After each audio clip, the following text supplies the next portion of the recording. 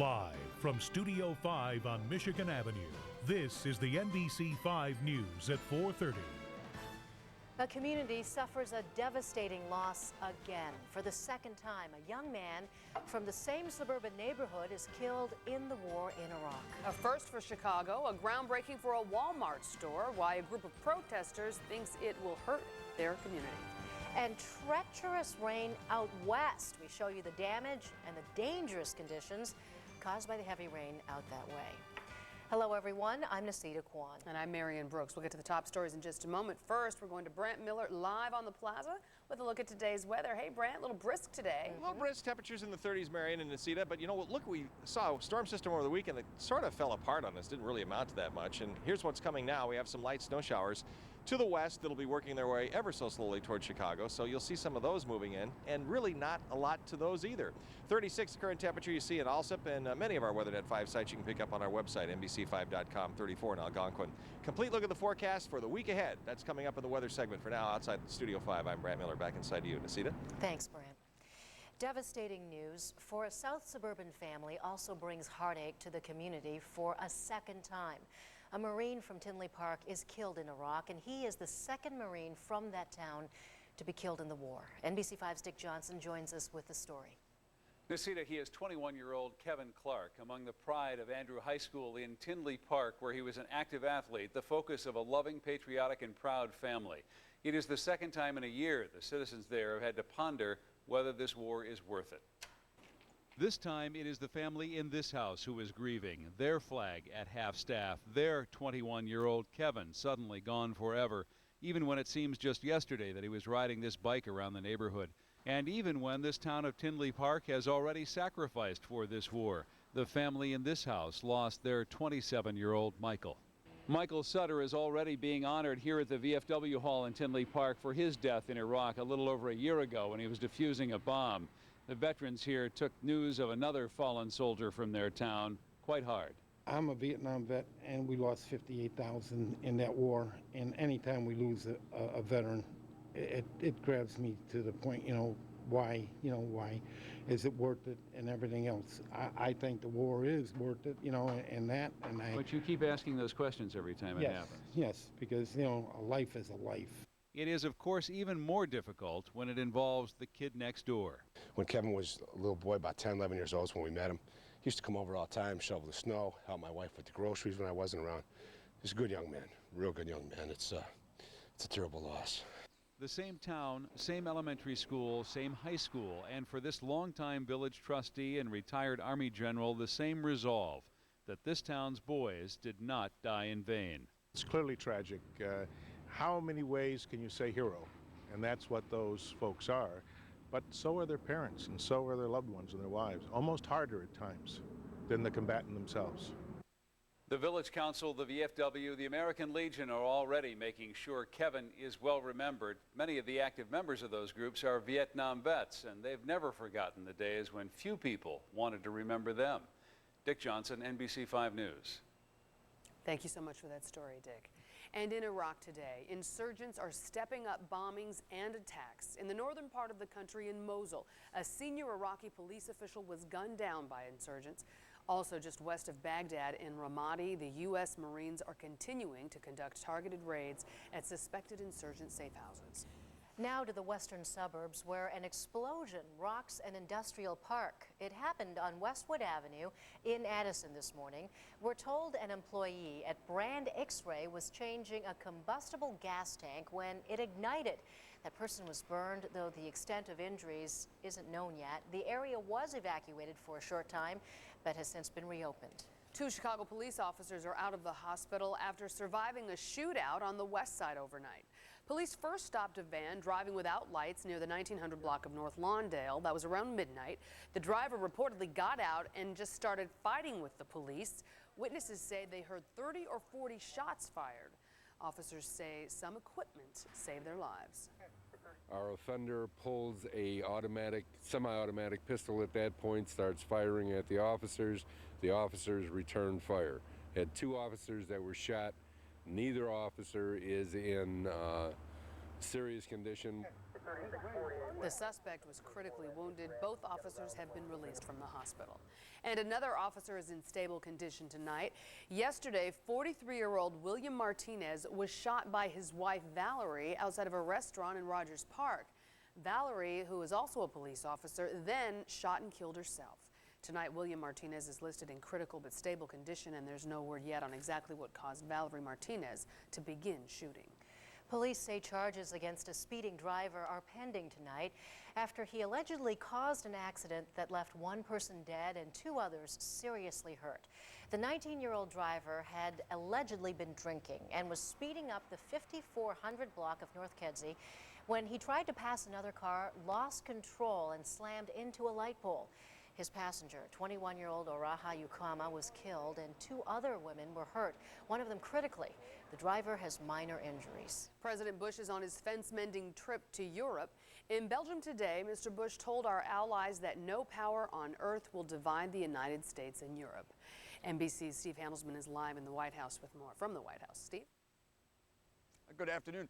What did divide European nations like France and Germany and Russia from this White House was, of course, the difficult debate on Iraq. And here's the news. President Bush minimized that today by calling it, quote, a passing disagreement. Yeah, good meeting. George W. Bush is in Europe after 8 months away. Great to be back. And as crowds of demonstrators protested his visit to Belgium, the president swapped pleasantries with his #1 critic on Iraq, French President Chirac. I've really been looking forward to this moment. Who said America and France remain close. In the Concert Royal Hall of Brussels, Mr. Bush declared that the angry split over Iraq is ended between the U.S. and all its European allies. And no temporary debate, no passing disagreement of governments, no power on earth will ever divide us. With Iraq still a war zone, but building democracy, Mr. Bush demanded that Europe do more and spend more to help in Iraq and in the Holy Land, where today Israel freed prisoners and on Sunday agreed to a complete pullout from Gaza. Our greatest opportunity and immediate goal is peace in the Middle East. Mr. Bush is also demanding unity on Iran and the effort to keep its ayatollahs from building atom bombs. He meets Thursday with Russian President Putin, suspected of helping Iran. And Mr. Bush meets Wednesday with German Chancellor Schroeder. Face-to-face fence mending with the harshest critics of the Iraq War and American leadership. Bush aides admit that one trip can't repair all of the damage, but they say after this week, the president will expect that communication between America and Europe will be cooler. Live at the White House, I'm Steve Handelsman, NBC 5 News. We'll see you. Back to you. Thank you, Steve. Back here in Chicago, a first groundbreaking for a Walmart store. But the arrival of the world's largest retailer prompted protests, and NBC 5's Phil Rogers has more on that. 11:30 this morning, Walmart arrives in Chicago with a bang. But even as the demolition crew began clearing the old Helene Curtis site for what will be the city's first Walmart store, others were making noise of a different kind. No one can survive on $7 to $8 an hour. We're concerned about jobs before the project is completed. Maybe, but the project's backers were well prepared today for exactly those kinds of questions. I've always said having some job beats no jobs. Officially, Walmart already operates about 150 supercenters, discount stores, and Sam's Clubs in Illinois. And since it is Walmart, those jobs are, of course, non-union, as these demonstrators pointed out. But community leaders who turned out today to welcome the store were quick to point out that organized labor has not exactly been beating a path to the West Side's door. Mr. Union, all of the union representatives under the sound of my voice, we've been waiting for you to show up. What about those complaints that Walmart forces good American companies to outsource their materials overseas? It's my Walmart. Oh. That ship sailed long ago. The company not only sells foreign-made goods, it operates some 1,500 stores in 9 countries outside the United States. Thus, some might see the conquest of Chicago as a long overdue drop in the bucket for a company Walmart's size. But today they promise to be a good neighbor to all other businesses on the west side. I think what they provide complements us. What we provide complements them. Phil Rogers, NBC 5 News. And Walmart Regional Manager John Bisio said the 300 or so employees the store will hire are expected to be paid $11 an hour. And still ahead on the NBC5 News, rain, mudslides, sinkholes, new weather danger in California. Then a mother and her 7-year-old son are missing, where they were last seen, and a clue that has police worried. New numbers put a gut-wrenching problem into perspective, the growing problem of backover accidents in driveways across America, what the government is now saying about it in our Target 5 report. Plus, ahead at 5 o'clock, police say they're wanted for crime sprees from Chicago to Milwaukee. Now, 6 men are nabbed after a frightening home invasion. Find out how a snowstorm helped police catch the suspects. California continues to get pounded by heavy rain. The latest damage in the surrounding Los Angeles area includes a giant sinkhole and several more homes destroyed by a deadly mudslide. Besides the path of destruction left behind, several people had to be rescued today after a wall of mud fell on a condominium complex. NBC5's Leanne Gregg reports on the wild weather out west. Record-breaking rain pummeling Southern California has caused flooding, power outages, mudslides, and at least 3 deaths. It's been raining so much, I can't believe it. 3 people had to be rescued after a wall of mud fell on this house east of Los Angeles this morning.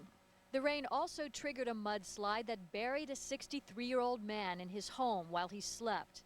A second death was reported when a boulder crashed through an apartment above this store, killing a 16-year-old girl. And a public works employee fell into a sinkhole that's grown to at least 40 feet deep and 200 feet long. Firefighters recovered his body after delaying efforts because of downed power lines. We're just very sad about this. It's always tough to lose a member of the city family. More homes are falling victim to mudslides and dozens of others are threatened. So far, more than 6.5 inches of rain have fallen since Thursday, and 3 more inches are expected before the stormy weather ends Wednesday. From La Conchita, California, I'm Leanne Gregg, NBC 5 News.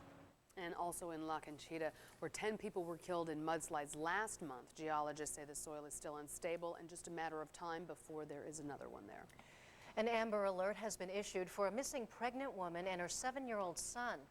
34-year-old Lisa Underwood and her son Jaden were last seen Friday in the Fort Worth, Texas area. Police say they believe the two were abducted from their Fort Worth home. That's where relatives found a large pool of blood on the living room floor. Police say they found the family's SUV in a creek in northern Texas, but no sign of the woman or of her child. In today's Target 5, driving blind. Stunning new numbers on a problem that happens too close to home. Children injured or killed in backover accidents hit by a car going in reverse. Lisa Parker joins us with much more on this story. Lisa? And in the 15 months or so since we've been following this issue, it's really turned into a national discussion. And then that's a good thing. I mean, that's really the silver lining here.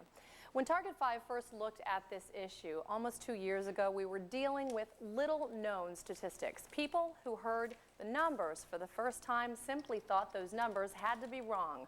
On average, 1 child killed every week by a backover accident in this country. The growing problem is blamed on the growing size of blind spots behind cars. Now a new study shows a startling number connected with driving blind. The real-life accounts are so gut-wrenching. It happened to anyone. I'm anyone, and it happened to me. The loss is so devastating, it is tempting to write them off as freak accidents. I've seen it before on this job, and it just doesn't get much worse than this. But the numbers attached to backover accidents in driveways and parking lots across the country tell the dangerous story. In almost every case, the driver is a parent, the vehicle a large one, and the suspected culprit a blind spot. 5,000 pounds versus 30 pounds. They don't have a chance. A new Centers for Disease Control study shows an estimated 7,400 children ages 1 to 14 were hurt in backover-related incidents between 2001 and 2003. Half of those injuries, kids ages 1 to 4 years old. And the injured may be the lucky ones. Numbers of fatalities average 1 death per week. The majority of all these incidents close to home. The report shows 40% of those reported occurred in driveways or parking lots. Back up. Now the push is on to make drivers aware of this literally invisible problem. When we tested 4 types of cars for blind spots, the numbers were impressive. 27 feet 4 inches. Look, this is the camera. Drivers can now enlist the aid of gadgets like rear-mounted cameras or backup sensors to alert them if anything is in their blind spot. The CDC study also suggests strategies for parents and caregivers, perhaps none more important than teaching children the crucial lesson that cars can kill.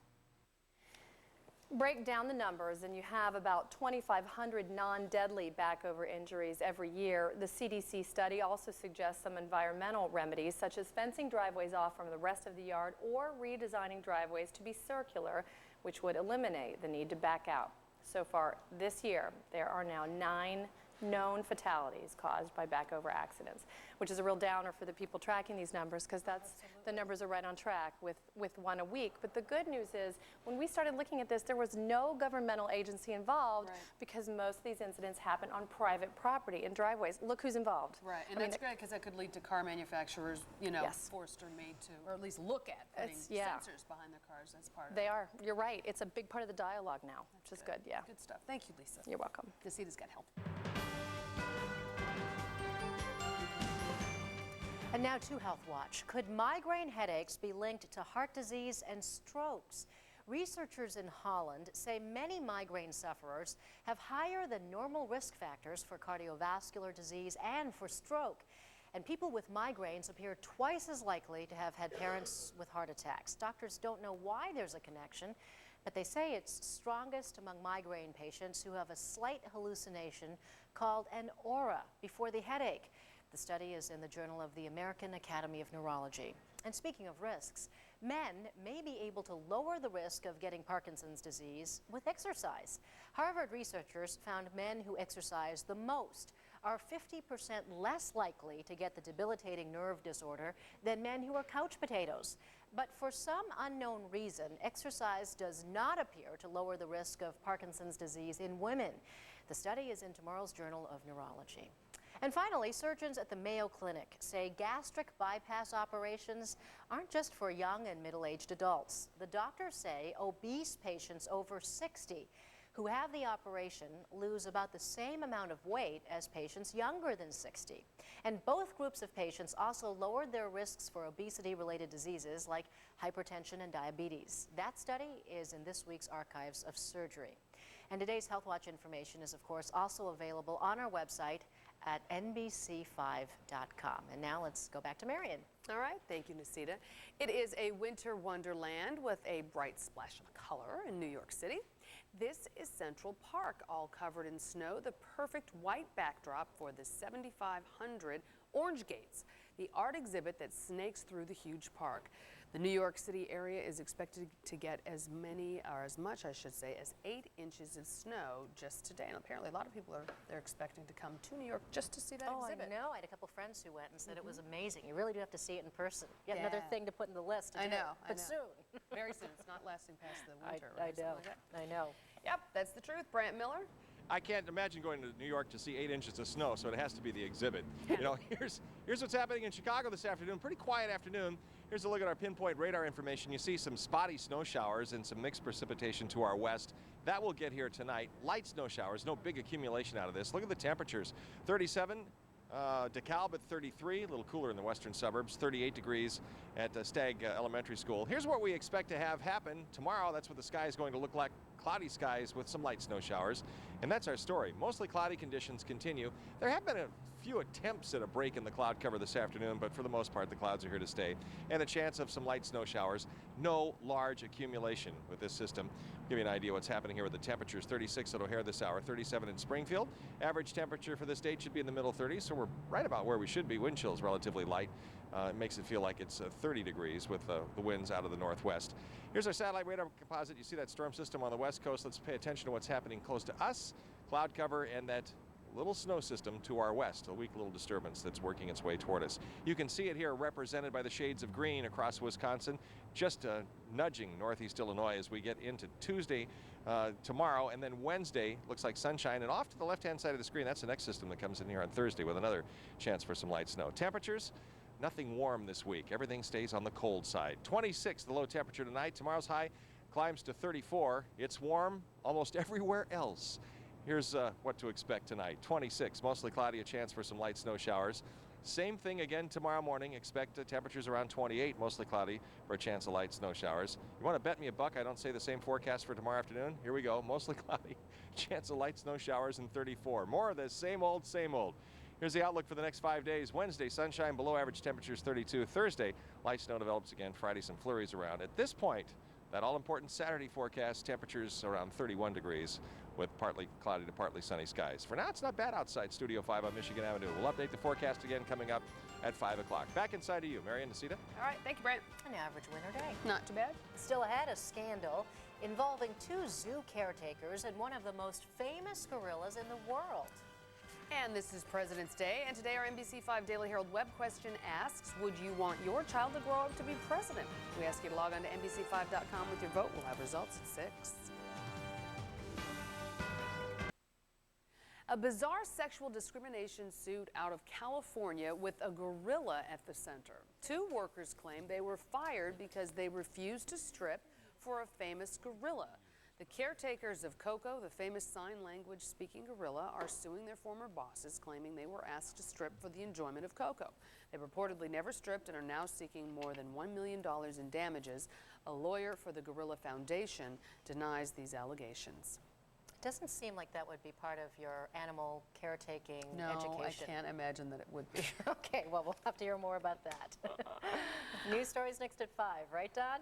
Yes, Nacita and Mary. Good evening to you. Good evening, everyone. They're accused of a frightening home invasion, abduction, and robbery attempt. Now 6 men are in custody, but wait until you hear what led police to the suspects. Then an open letter to a mother who abandoned her newborn will tell you what an area priest wants her to do. Plus, an infamous curse turns into a tasty treat. You know what that's about. Find out how you can get your chance to eat a baseball that some say cost the Cubs a shot at the World Series. We want that baseball out of here for good. And it was a 12-year-old's bedroom, and it was ugly. We showed you the before pictures, and now you're going to see the after pictures. The story tonight in Art Norman, Chicago, all next at 5 o'clock. Live from Studio 5 on Michigan Avenue, this is the NBC 5 News at 5. Footprints in the Wisconsin snow may have helped police crack a crime spree that stretches from Chicago to Milwaukee. And tonight, police say the men behind the crimes are all from Chicago. Live from Studio 5, good evening. I'm Don Lemon. And I'm Marion Brooks. We thank you for joining us. Tonight, Kenosha police are trying to link a home invasion, abduction, and robbery attempt to more than half a dozen other crimes. And here with our top stories, NBC5's Darren Kramer. Darren? Down Marion, tonight police up in Kenosha are holding 6 Chicago men who they say were caught right in the middle of a brutal plan to rob a check cashing store, and police say they may have done it before. It started here near a corner bar in Kenosha early Sunday morning. A police officer spotted someone hiding in the bushes here. Police say he was a lookout for a home invasion underway 2 doors down. The officer got suspicious when he looked down. Police say the key to solving this case was the freshly fallen snow. They could see several sets of footprints running up to the back door that had been kicked in. When police went in, they found 8 people being held hostage, 2 adults, 3 teens, and 3 small children, some of them duct taped at the hands and feet. These gentlemen kicked in the back door. Everyone in the home was sleeping. They went to the bedroom where the 2 adults were sleeping and at gunpoint directed them what they wanted to do and began to bind people with the duct tape. The woman who lives here manages a check cashing place about 2 miles away. Police say the suspect said they would hurt her family if she didn't help them get money. What they had planned on doing was taking her to that place of business, having her open the business, default the alarm, gain access to the safe, and removing monies from the safe that are inside. She was hysterical, and the entire family they were scared for obvious reasons. Police arrested 6 men they say are gang members from Chicago. Tonight they're trying to tie them to a half-dozen similar robberies between Chicago and Milwaukee. Tonight, Kenosha police say they're grateful for some good police work and a little help from Mother Nature. Snow was the key to this whole thing, the footprints, sure. All 6 men are facing a list of charges. Tonight, the police up in Kenosha are warning parents in that neighborhood to be careful. They're afraid the 6 may have dumped more guns somewhere in the snow while they tried to get away. And down in Marion, they're worried that kids may find those guns, so they're warning parents to take a look around the yard and make sure everything is safe. Oh, that makes sense. Thank you, Darren. A Cook County Corrections officer is now on paid suspension after an ill-fated prank led to the death of a coworker. Investigators say the officer shot 10-year department veteran Arlen McClendon to death early Saturday in Calumet City. McClendon was pretending to carjack a vehicle carrying the coworker's wife and child. And the coworker, following in another vehicle, opened fire on McClendon, thinking he was protecting his family. McClendon's funeral is scheduled for Friday. Tonight, a Chicago priest has a special message for the mother who abandoned her newborn at his church. It comes in a letter to the mother that he has published in the church bulletin. NBC5's Charlie Wojciechowski joins us now with that story. Charlie? Marion, in the letter, Father Bob Perez tells the mother he's glad she chose his church to take care of her baby and that it's not too late to reclaim the baby. He also tells her he wishes that everything could be all right. More than most priests, Father Perez says he knows what he's talking about. That's because 25 years ago, he was a caseworker for the Department of Children and Family Services. I have an idea of what parents go through and also what children go through. That, Father Bob Perez says, is why he felt compelled to reach out to the mother of the newborn left on his doorstep more than 2 weeks ago.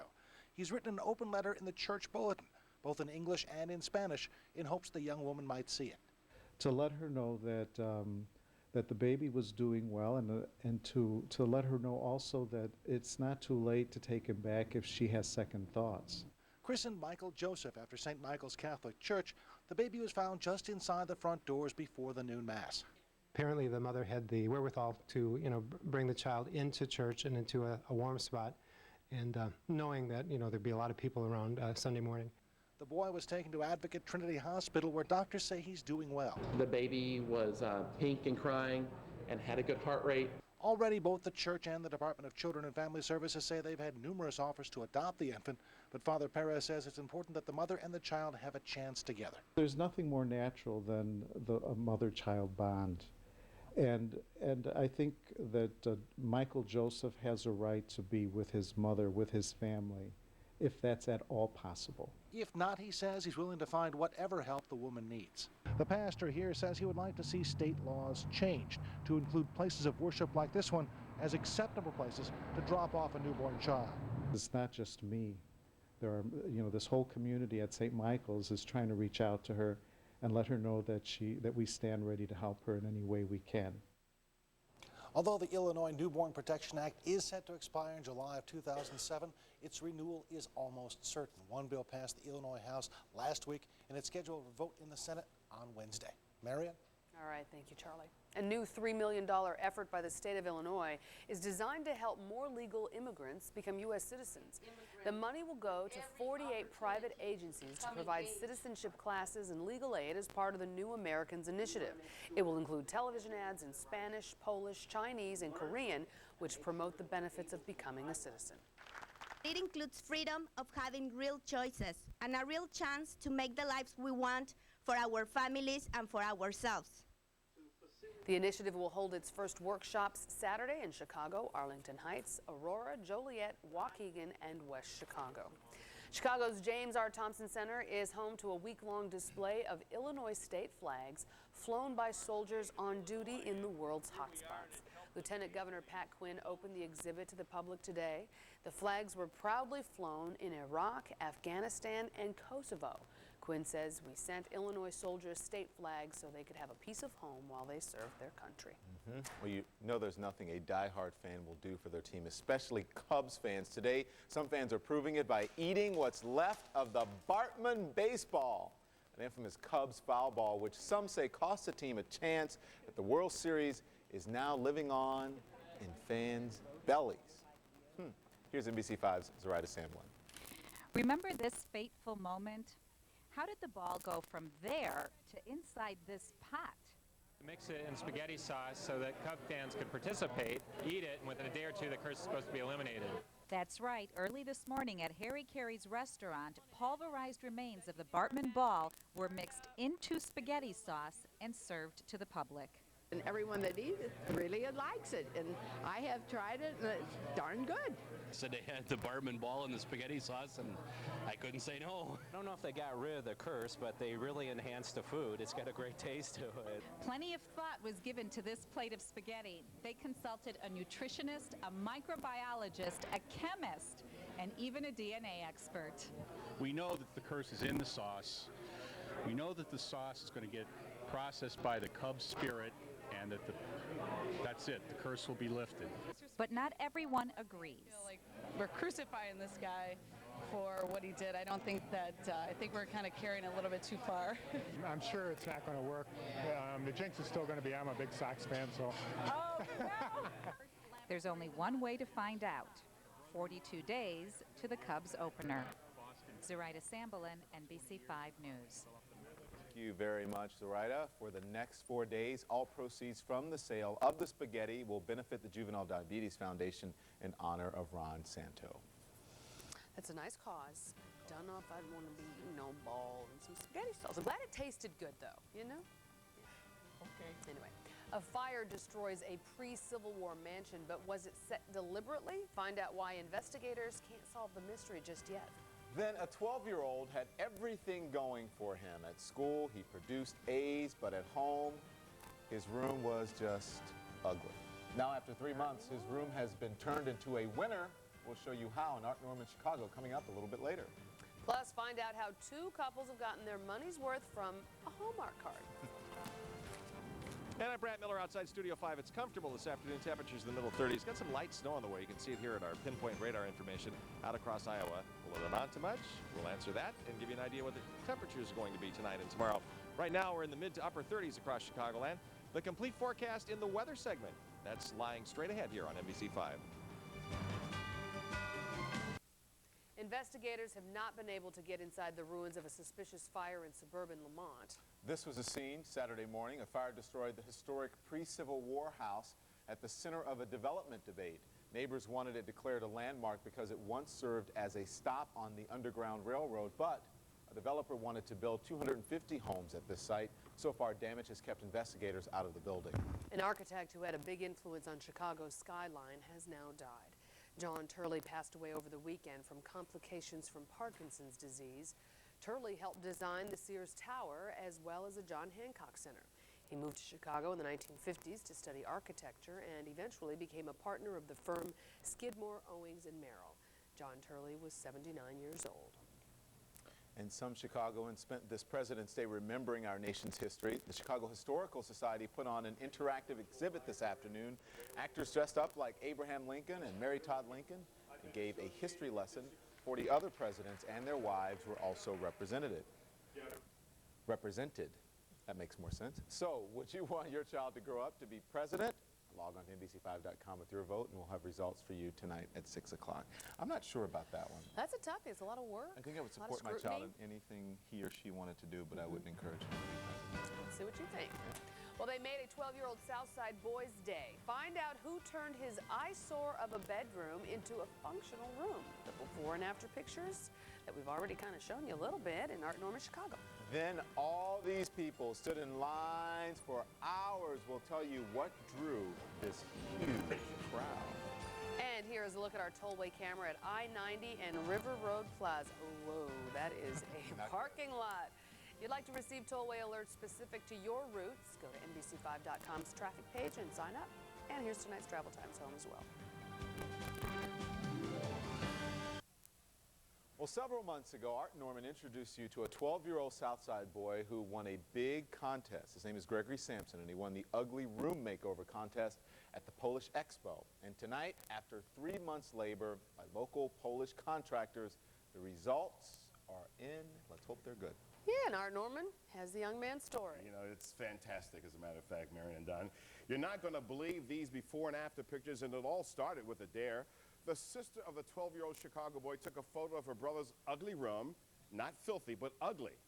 and she entered it in a contest at the Polish Expo. Well, out of hundreds who entered, the Southside boy won it all, and the rest is history. Mom, look in my room. This is 12-year-old honor student Gregory Sampson showing off his new digs to his mom and sister. The family has not seen their attic room in the past 3 months here on South Green because it was locked off until the work was through. What's new? Closet space has been expanded. The walls are new, the floors, the bed, the study area. Electrical and cable outlets are now installed, and there's even baseboard heating.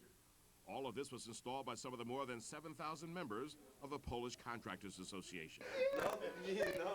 We were ready to make room remodeling, but actually we make brand new roof sheeting, brand new roof for entire house. Wow. So, start from room remodeling. Officials at Lowe's Building and Supply, along with Polish contractors, scanned hundreds of ugly room photos, and they were looking for a way to show off Polish pride by taking on a real challenge. And this photo became the winner. It was emailed in by Gregory's sister. Oh, we're going to have a little problem with height of your ceiling. He's the best child I got, a little boy. And he do everything for me, and he take care of me. Today, Gregory and his sister are now studying in a room that is conducive for learning. I got a desk, don't gotta sit on the bed and do my homework. Does it make it easy to study now? Yes. We try to calculate the entire cost, and it's about around $40,000. Wow. So, it comes out a lot higher than we expect, but that was gift from our hearts. And you can't beat a gift from someone's heart. By the way, the Polish Contractors Association will once again be sponsoring an ugly room makeover contest again this year, 2005. We'll have all the information about their website. This is it, the Polish Contractors website. We'll have much more about this website on our website. We'll give you a hyperlink if you come to us first. We are at www.nbc5.com. That is fantastic. All that goodness is going to come back on them. Absolutely, that's what it's all about. Great, People helping people. There you go. Great Thank story. you, Thank you, Art. Warms your heart. Well, scores of aspiring actors, musicians, and models answered an open casting call at the Kaleidoscope today. Comedian A.J. Jamal will be starring in a new Warner Brothers television series. Now, the series, called The New Life, is about two struggling college students who dream of starting their own record label and becoming superstars in the entertainment industry. And that's where all of this aspiring talent figures in. And we know we've got plenty of it right here in Chicago, so good luck to all of those folks. A.J. Jamal is really, really funny. He performs at the Urban League event a lot. Looking at that thinking, was it fame? Yeah, that was. I'm gonna live forever. Rain. Sing it, Don. Rain. No more rain. No more cold, Brad. We're just lucky we wouldn't have to audition and dance for this kid. Whoa! Deep trouble. Let's show you what's happening across Chicagoland. First of all, with our radar information, you can see that we do have some light snow showers out across Iowa, and all of that works its way towards Chicago overnight tonight. This does not look like a big accumulating event. Let's give you an idea what the temperatures are like at several of our WeatherNet 5 sites. It's 33 degrees in Lincoln Park at the Notabart Nature Museum, 35 in Morton Grove. At Golf Middle School and in Flossmoor, it's 38. What do we expect the sky to look like tomorrow? Well, mostly cloudy skies are still with us, and you'll see some light snow showers moving across Chicagoland, and that is our story. Tonight and into tomorrow, mostly cloudy conditions and a chance for some light snow showers. And again, that does not look like it's a major accumulating event, and that'll begin tonight and continue from time to time tomorrow. And then we'll get some sunshine by the time we get to the mid part of the week.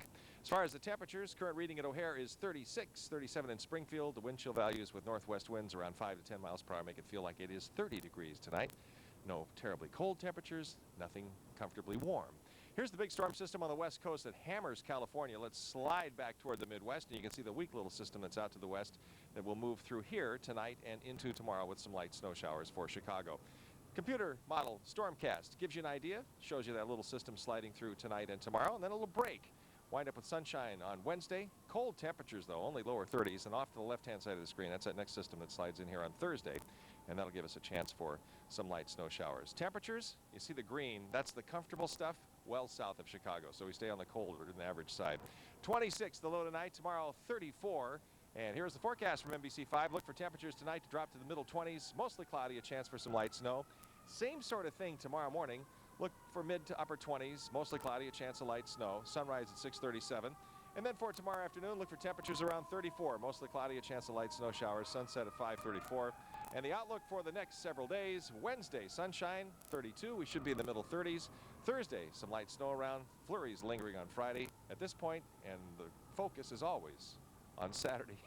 On Monday afternoon, looks like low 30s. At least the first part of the weekend looks dry at this point. So still in the icy grip of February. Live from outside Studio 5, I'm Brant Miller. Back inside to you, Don, Marion. Hey, Brant, did you upset somebody at the fire department or something? Because every single day you go out there, there's a fire engine. Our public servants at work. Siren of some kind.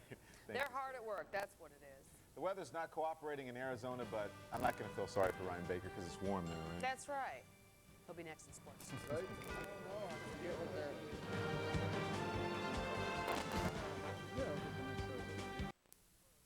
Oh, spring training. If And the only. Cubs have a rather large hole to fill in right field. Guy swear number 21. That is right. That guy.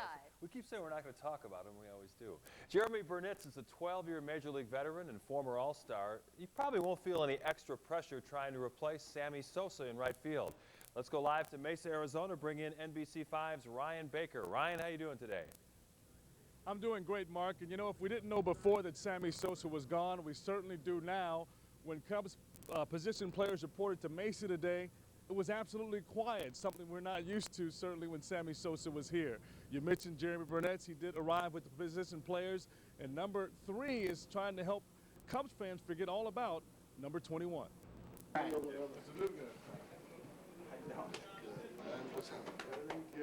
to have you. Good to be here. He didn't make a Sammy Sosa-style grand entrance, but Jeremy Burnitz did make a splash upon his arrival to Cubs camp. I like that one. Kind of looks like Sammy, too. Yeah, right, Todd Walker. Sosa's replacement in right field isn't worried about following an icon. The free-spirited Burnitz just wants to help the ball club win.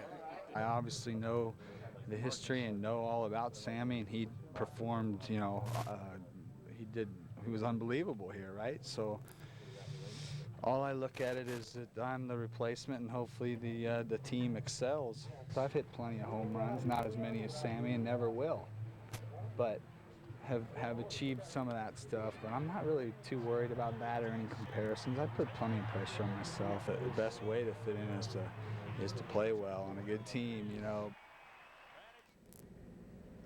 Now, Jeremy Burnitz hit more home runs than Sammy Sosa did last year. He had 37 to Sammy's 35. But, Mark, he struck out almost as many times as Sammy did, 124 Ks from the left side of the plate. We'll see if he can cut down on those for the Cubs this season. We'll have more coming up at 6 o'clock, including with Nomar Garcia-Power. Live from Hohokam Park in Mesa, Ryan Baker, NBC5 Sports. No pressure replacing Sammy Sosa. Now he's wearing Babe Ruth's number 3. I guess he's going to have to be a slugger out there. Ryan, we'll see you at 6. Yeah. Thanks a lot.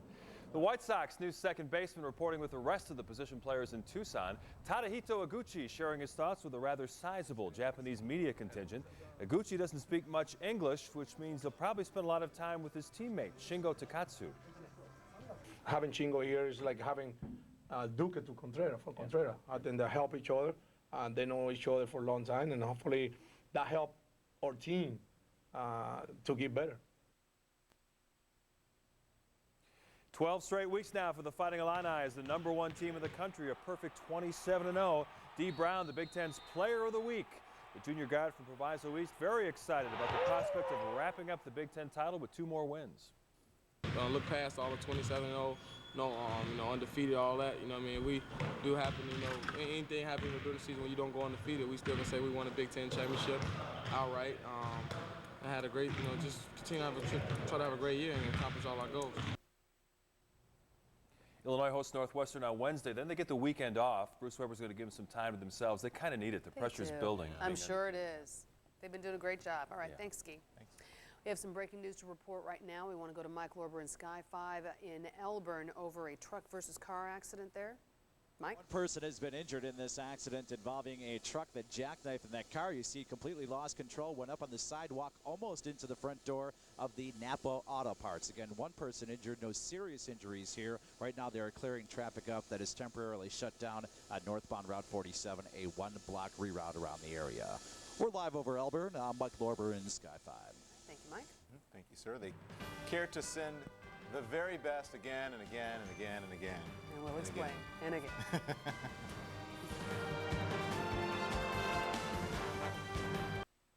Anniversary celebrations for a group of couples in Nebraska just wouldn't be the same without the same old greeting. And we do mean old, again and again and again. Mavis and Dick Davey of Hastings, Nebraska recently celebrated their 15th wedding anniversary, and they got what they always do from their longtime friends, an anniversary card, the same one the two couples have been exchanging back and forth for 2 decades. It's the same tradition. Majit, would you say Majit? Margit and Clark Haberman of Lincoln, Nebraska started with their longtime friends 10 years ago. Aw, that's very sweet. Yes. Good night.